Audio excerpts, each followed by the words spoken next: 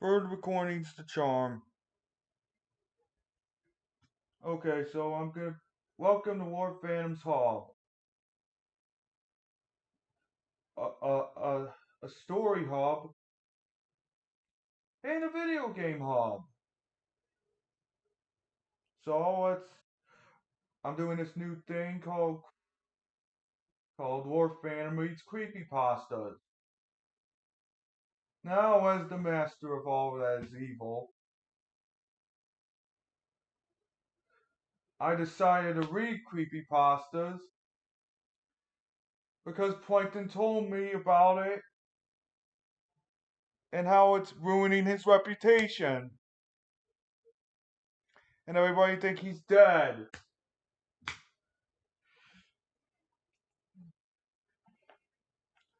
So I'm starting off with a cult classic here. It's called Squidward Suicide, and I'm gonna read it. But every 3 paragraphs, I'm gonna stop in the middle of the story and give my thoughts on it so far. So let's read this creepypasta. I just want to start off by saying, if you want an answer at the end, prepare to be disappointed. There just isn't one. I was an intern at Nickelodeon Studios in 2005 for my degree in animation. It wasn't paid, of course, but most internships aren't. But it did have perks beyond education. To adults, it may not seem important, but kids at the time would go crazy over it. Now, since I work directly with the animators and editors,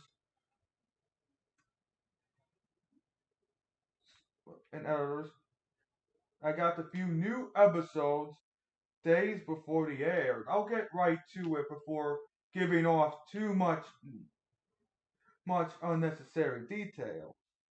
They have very recently made the SpongeBob movie, and the entire staff was somewhat sapped of creativity.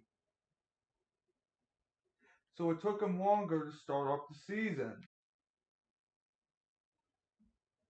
But the delay lasted longer for much more upsetting reasons. There was a problem with the season's 4 premiere, Fear of a Krabby Patty, that set that set everyone back and everything back for several months. Okay, so far, the story does seem good, but there are a few problems with it. I'll tell you what's the problem with it. No intern ever gets to work alongside animators and editors. I'm pretty sure yours is gonna get coffee or something. Even when I worked in an internship, well, it was equally.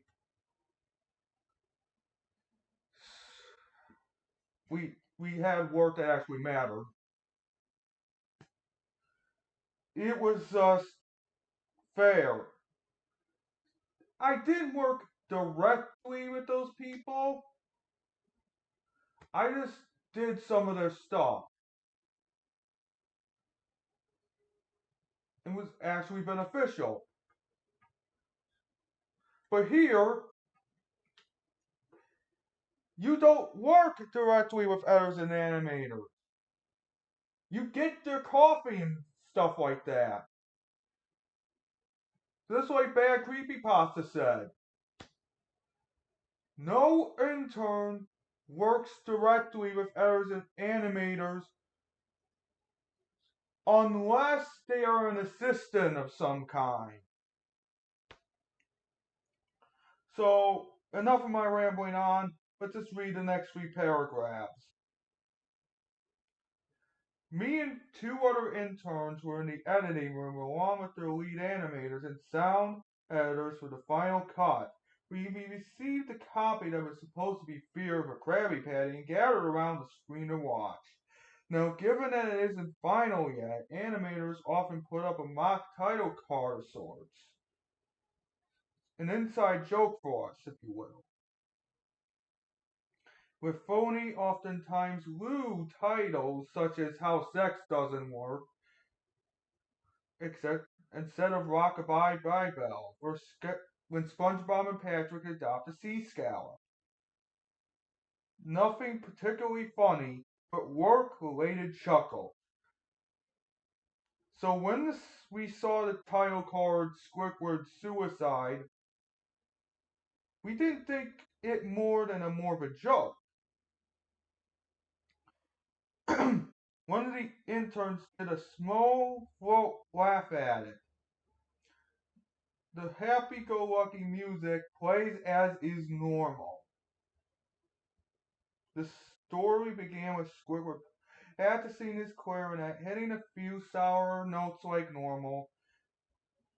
We hear SpongeBob laughing outside and Squidward stops, yelling at him to keep it down because he has a concert that night and needs to practice.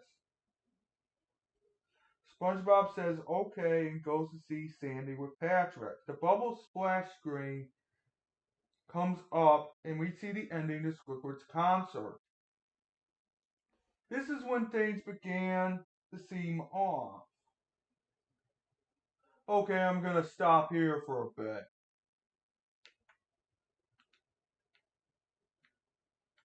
Who makes an episode called Squidward Suicide? That's not realistic at all. Here's what would have actually happened. They seen the title.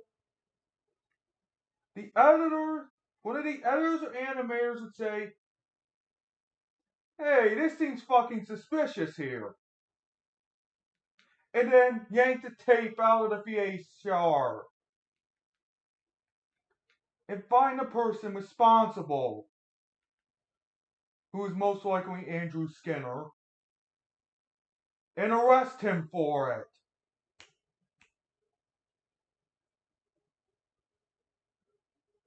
Without seeing the content first, anyway.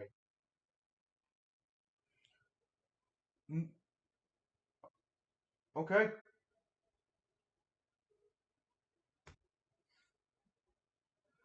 Let's move on.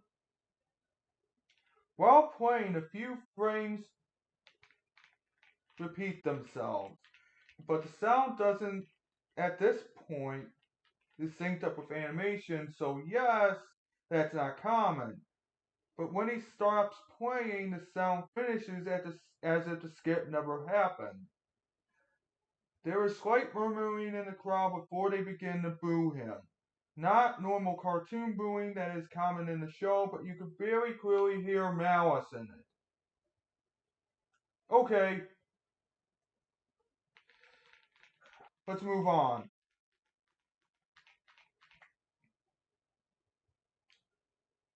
Squidward in full frame looks visibly afraid. The shot goes to the crowd with SpongeBob in center frame, and he too is booing, but unlike him.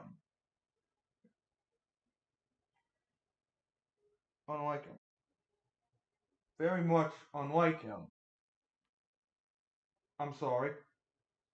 This isn't the oddest thing though. What is odd though that everyone had hyper realistic eyes. That's not how you use hyper realistic.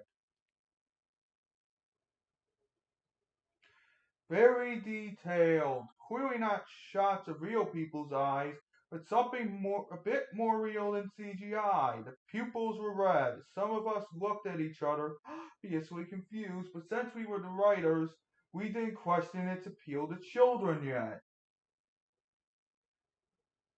Okay, I'm gonna stop right here for a bit. Question its appeal to children. Any child would freak out at this.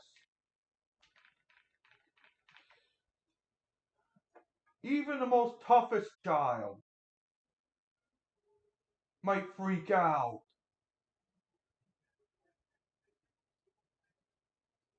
Okay, where are the writers? Are they in the room? Because if they are, you should ask them. What's going on?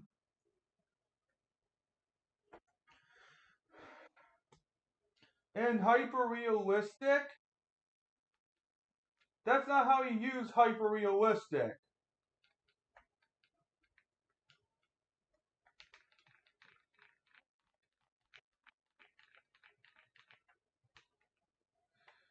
Hyper realistic is a painting style, I think.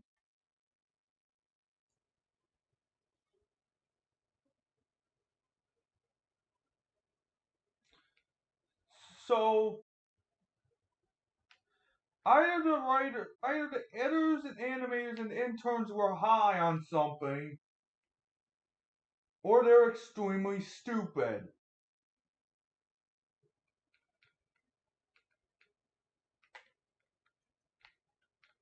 If Steven Hillenburg was there, they would have put a stop to it.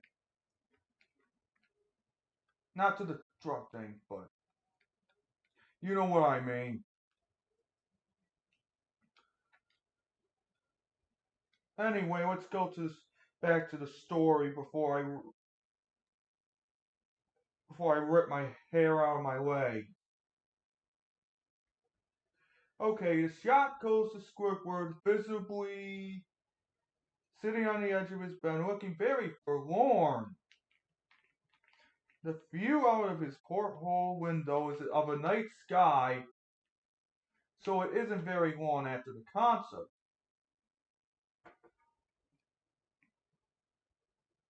The unsettling part is, at this point, there is no sound. Literally no sound. It's as not even the feedback from the speakers in the room. It's as if the speakers were turned off, though their status was working perfectly. He just sit there blinking in the silence about 30 seconds. Then he started to sob softly. He put his hands, tentacles, over his eyes and cried quietly for a full minute more. All the while, a sound in the background was growing, slowly from visibly audible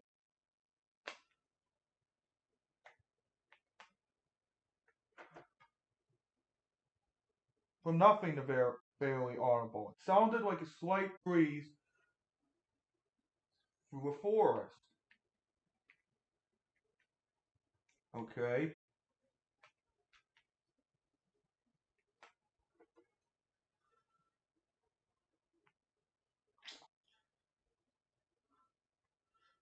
The screen slowly begins to zoom on his face. By slow, I mean it's only noticeable if you look shots from 10 seconds apart, side by side.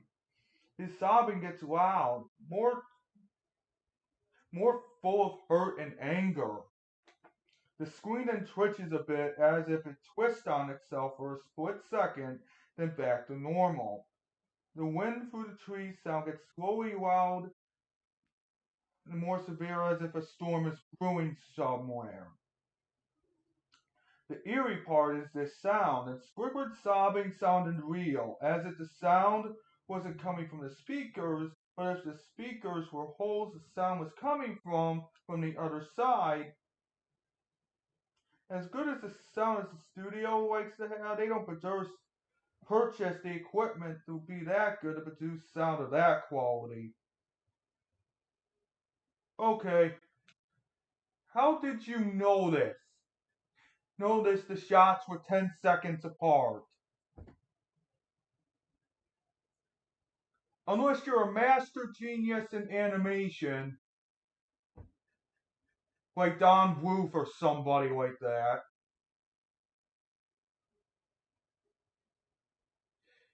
then you shouldn't be able to be like that. So this was a troll pasta. I swear. Okay, let's move on. Below the sound of the wind and sobbing, very faint, something sounded like laughing. It came at odd intervals and never lasted more than a second, so you had a hard time pinning it. We watched this show twice, so pardon me if things sound too specific, but I had time to think about them. The screen, after 30 seconds of this, the screen blurred and twitched violently, and something flashed on the screen, as if a single frame was replaced. Okay, we're getting to the point where something very disturbing is about to happen. So you might, kids, if you're watching my videos, leave. Okay? You shouldn't be even watching stuff like this anyway. Except for the gameplay. Play SpongeBob Creature from the Krusty Krab. It's a good game. Anyway, back on topic. The lead animation editor, paused and me around frame by frame. What we saw was horrible. It was a still photo of a dead child. He couldn't have been more than 6. The face was mangled and bloody, one eye dangling over his upturned face popped. Okay, that makes no sense. I know this is supposed to be a horror story, but at least have your grammar right. No wonder the shadow reader loses his shit. Because of this.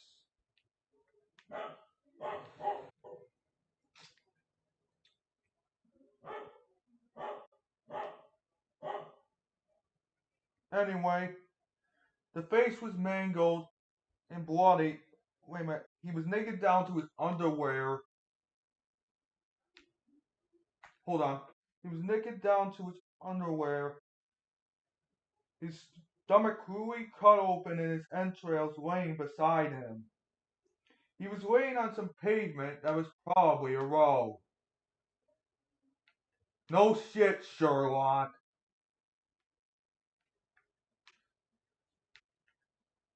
I'm sorry for being cruel here and interrupting every few paragraphs.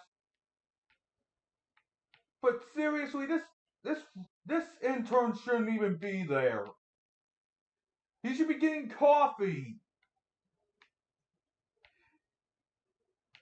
and shit. Not in a room with the editors and animators.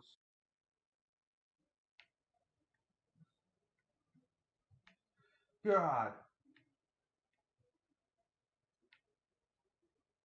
I think this creepypasta is bad so far. I like Squidward. He's a good character. But let's move on before I lose my shit. The most upsetting part is that there was a shadow of the photographer. There was no crime tape, no evidence, Nothing. And the angle was completely off for for a crime scene, for a shot to be designed to be evident. It would seem that the photographer was the person responsible for the child's death. We were, of course, mortified, but pressed on, hoping that it was a sick joke. At this point, it is not a sick joke, you idiots.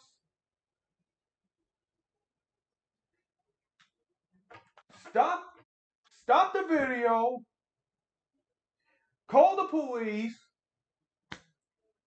Find the guy responsible and sue him.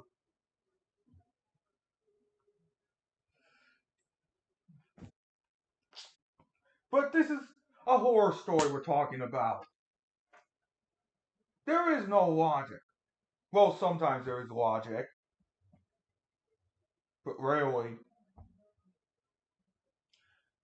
The screen flipped back to Squidward still sobbing, wilder than before in half body and frame. There was now what appeared to be blood running down his face from his eyes. The blood was also done in a hyper-realistic style, looking as if you touched it, you would get blood on your fingers. The wind sounded now as if there were a gale blowing through the forest. There were even snapping sounds of branches. The laughing, a deep baritone, lasting at longer intervals and coming more frequently. After about 20 seconds, the screen again twisted and showed a single frame photo.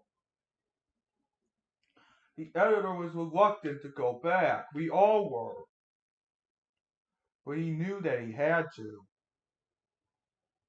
This time the photo was that of what appeared to be a little girl, no older than the first child. She was laying in her stomach, on her stomach. Let's see. Stomach. Her barrettes and a pool of blood next to her. Oh, that's real nice.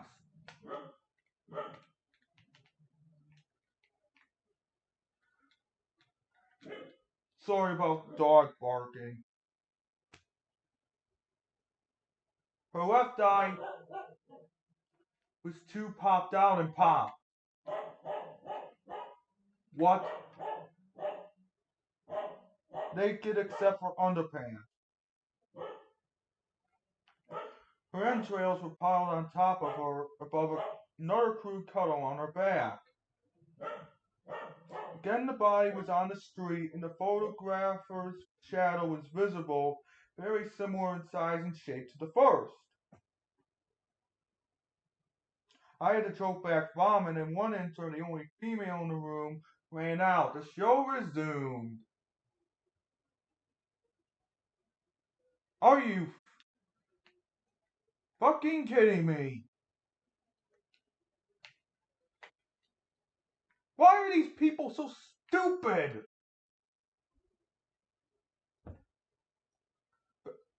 God. Squidward suicide isn't that good.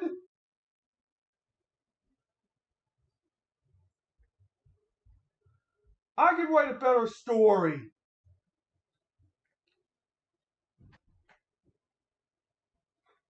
than this.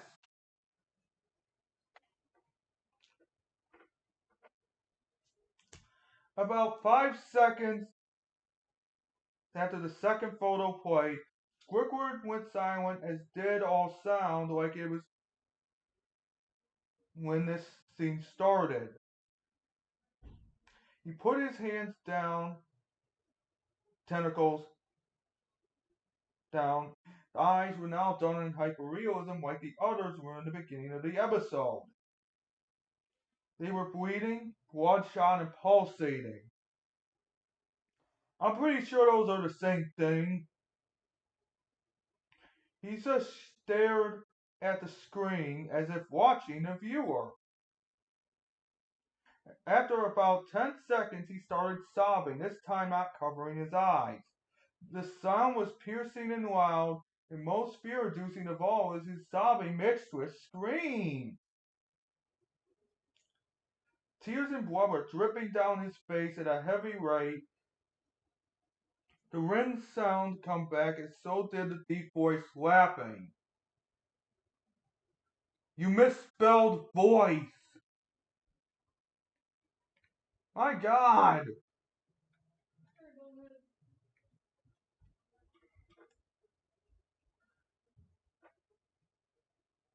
And this time the still fall lasted for a good 5 frames.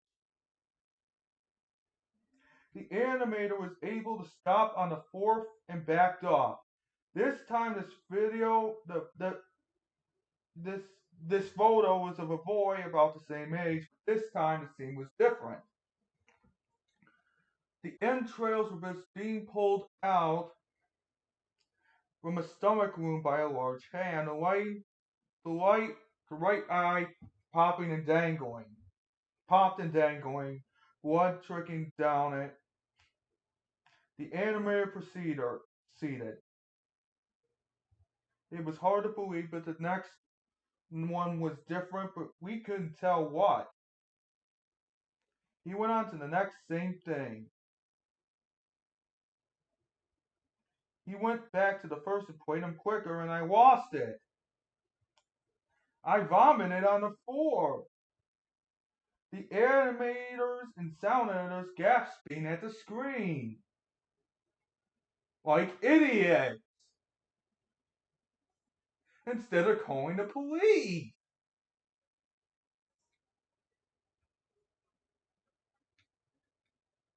Well, I'm pretty sure that's a normal reaction anyway.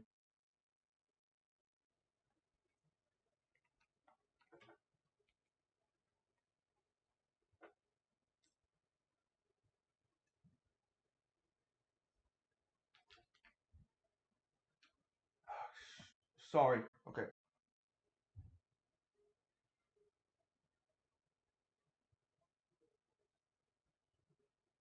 The 5 frames were not as if they were 5 different photos, they were played out as if they were frames from a video.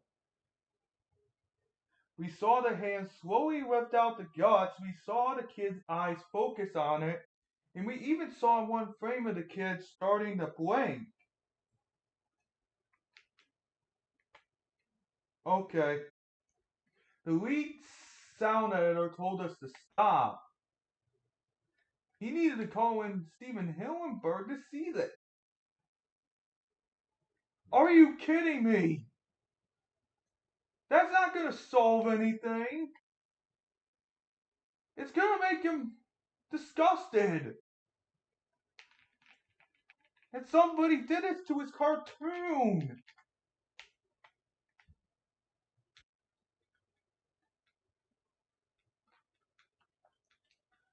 Anyway, let's. Okay.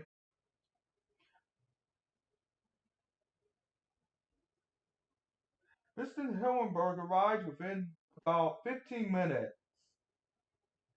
He was confused as to why he was called down there, so the editor just continued the episode like an idiot.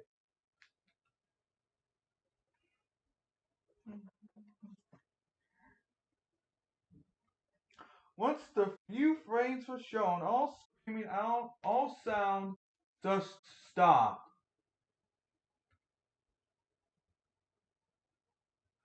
Squidward was just staring at the viewer.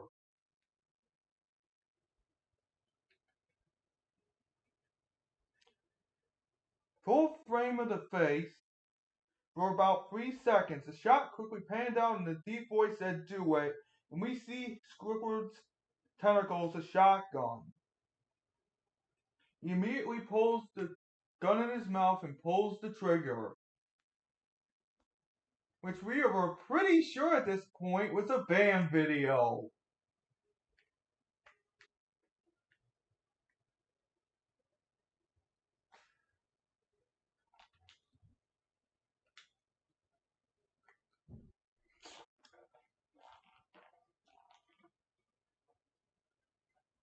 Realistic blood and brain matters splatters the wall behind him in his bed, and he flies back with the Force. So is Squidward the Jedi now. The last 5 seconds of this episode show his body on the bed on his side, his eye dangling on what's left of his head above the floor.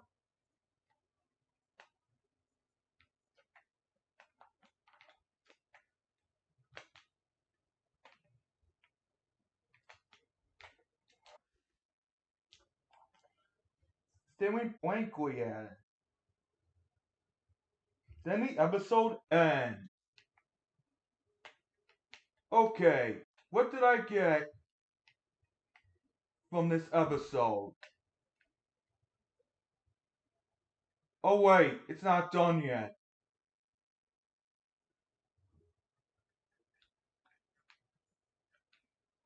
Mr. Hillenberg is obviously angry at this. He demanded what the hell was going on. Most people left the room at that point, so it was just a handful of us to watch it again. Viewing the episode twice only served to imprint it in the entirety of it in my mind. It caused me horrible nightmares. I'm sorry I stayed. Because I'm an idiot.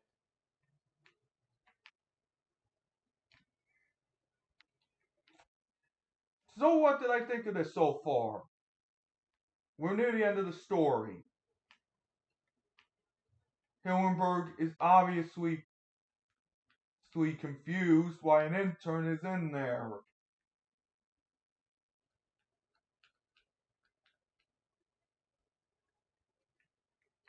As you know, he's supposed to be doing the coffee.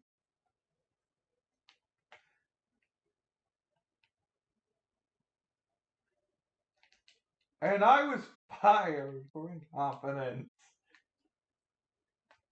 Nah, I was just kidding. And then I'm still not reading this yet. Okay, we got like 2 more paragraphs of this shit. The only theory we could think of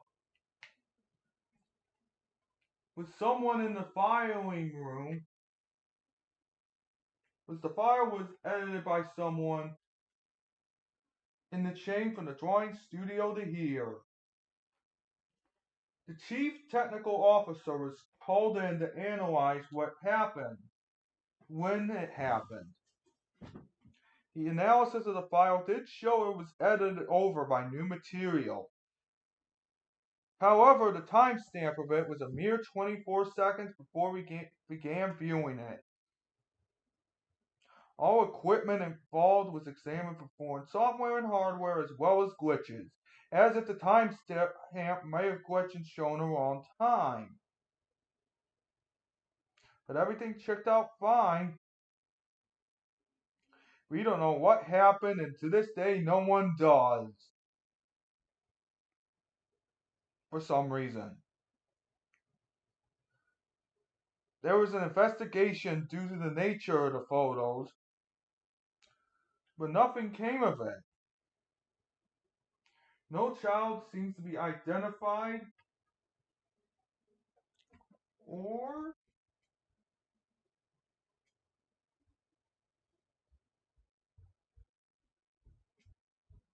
no clues were gathered from the data involved, nor physical clues in the photos. I never believed in an unexplainable phenomenon before, but now I've seen something happen and can't prove anything about it, besides being an idiot.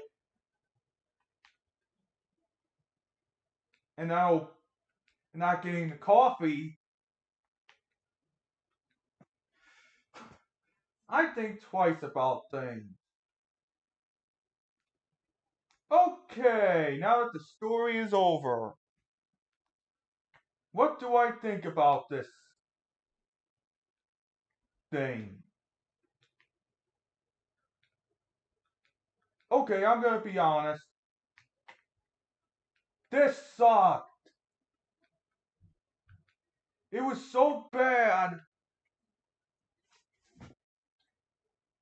Well, it's not really so bad that I want to pull up my own chin hairs.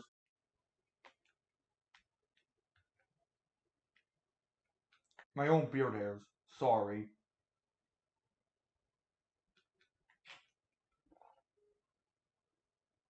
So, like, really? That's it? Nothing happened? The guy wasn't caught? Then where did the Andrew Skinner thing come from?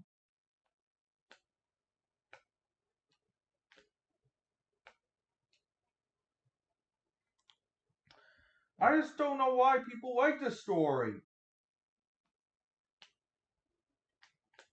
It's scary at first, but then it gets even weirder with the whole dead children thing, which I thought is slightly terrifying.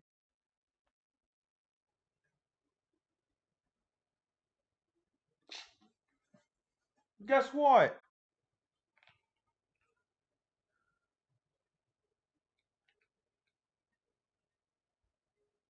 It doesn't save the story at all.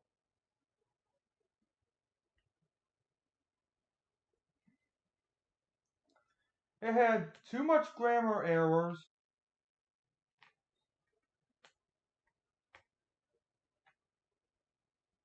The characters in the story were complete morons and should have been fired immediately for letting it go on for so long.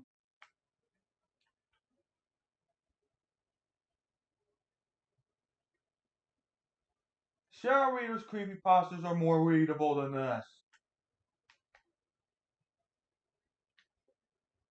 Are more viewable.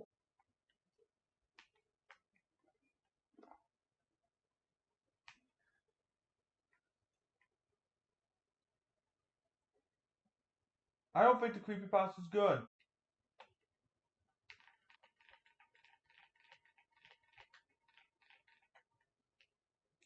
It just, ugh. It just leaves a bad taste in my mouth.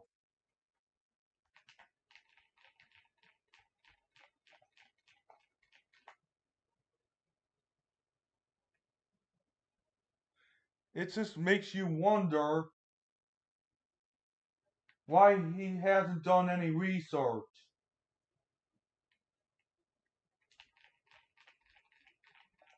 Now, my creepypastas, they're not that good either. I'm not saying it to be negative on myself. I'm being honest.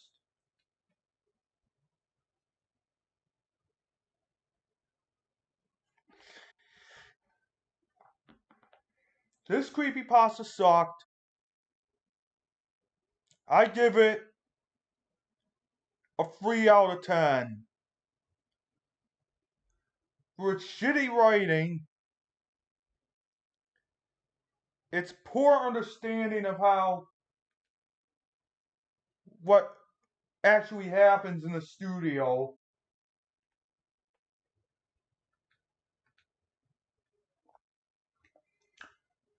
and it's going to backfires in their face. Yes, there are creepypastas like this out there that are loved by millions, even billions. Sonic.exe for one, but I'm not going to get into that train wreck until later. You know why it's a train wreck?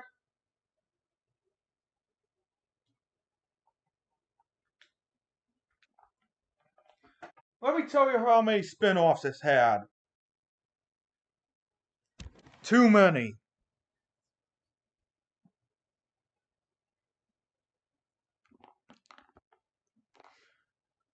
And I'm gonna talk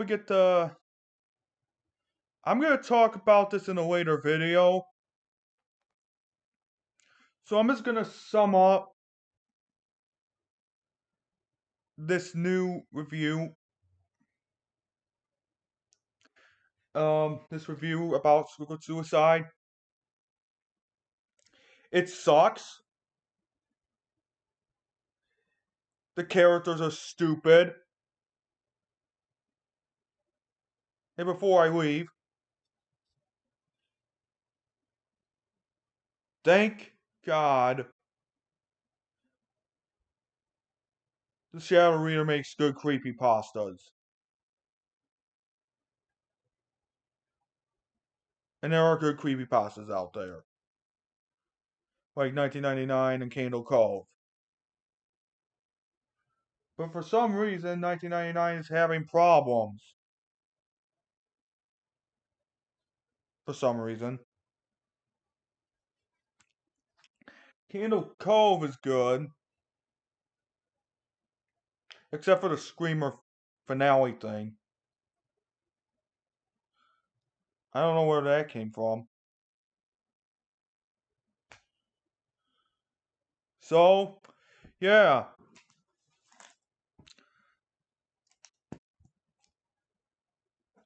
Next time, on November 22nd or 23rd, I'm going to be reviewing the truth behind the Rugrats. May God help my soul for that one. See you guys next time. And watch out for my new Let's Play of Kirby's Return to Dreamland. Okay, see you